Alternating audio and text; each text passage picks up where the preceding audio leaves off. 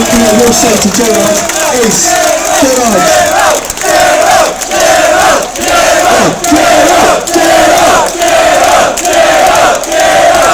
one thing I will say to Gerard, we the British public need your help. If we can get you back in UKIP, if that doesn't work, we want you to be the leader of the new umbrella. If he accepts it, that means that all political parties, all the small ones, come together under one umbrella.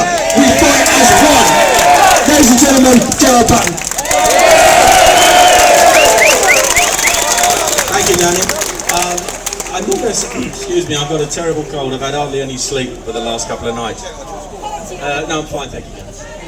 So I'm going to be brief. And what I would say is this.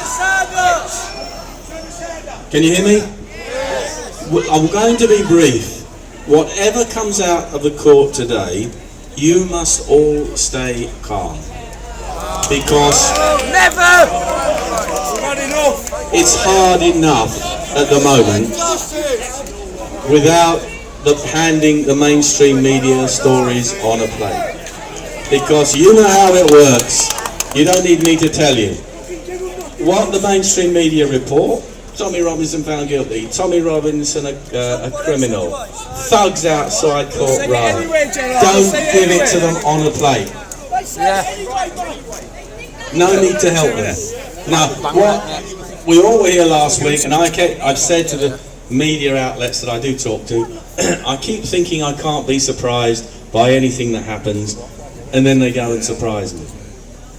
We all know that the judge in the Old Bailey months ago kicked this up to the Attorney General because he knew there was no case to answer. It was obvious. I sat in the court and I'd read the submission that he'd read, and it took 15 minutes for him to say, this is a hot potato I don't need.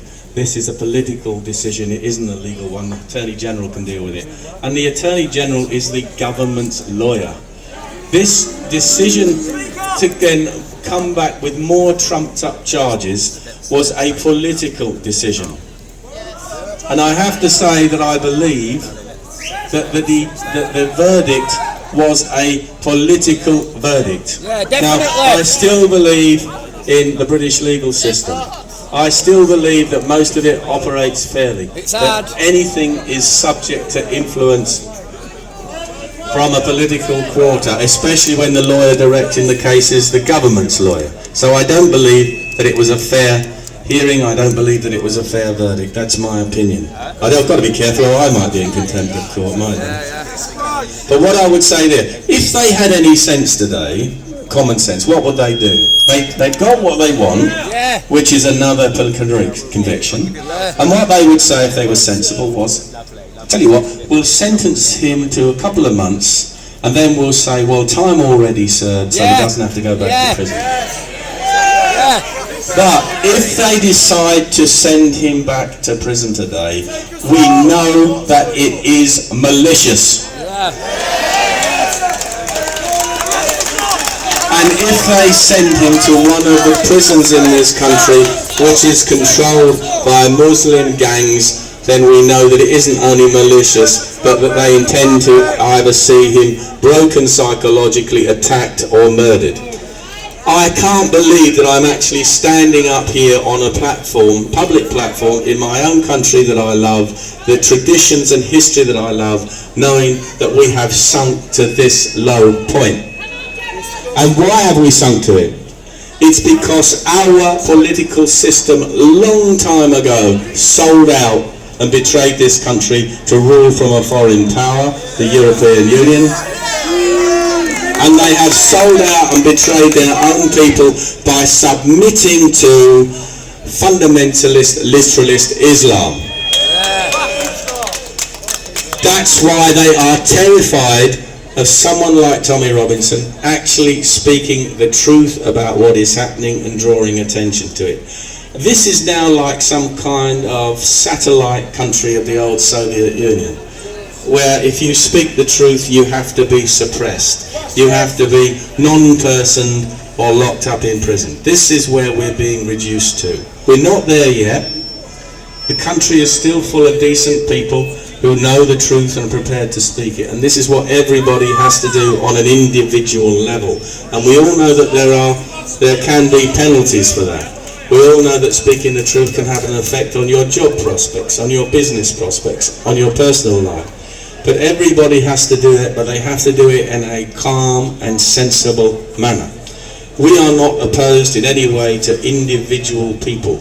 We are opposed to an ideology that is completely inimical to the values and traditions of our country.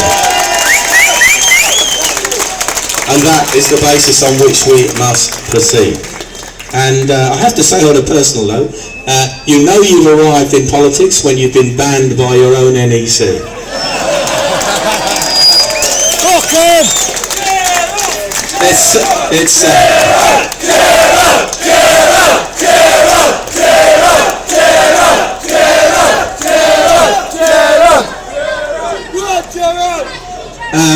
I was looking forward to a peaceful retirement. And I'm not giving up hope on that, I'll tell you now. But let's see what happens. Let's see what happens. And the main thing today, as I say, let's see what verdict comes out, whatever the verdict is. If he's not put in prison, we can all celebrate. If he is put in prison, stay calm, stay reasonable, don't react, because this is a long-term game. And I'm sure that his lawyers will be appealing, and we're going to see lots and lots of support for him up and down the country, despite the lies and the the propaganda campaign of the mainstream media. And politicians who I have known for many years, who will remain nameless, but haven't got the guts to support him or what he stands for. Thank you.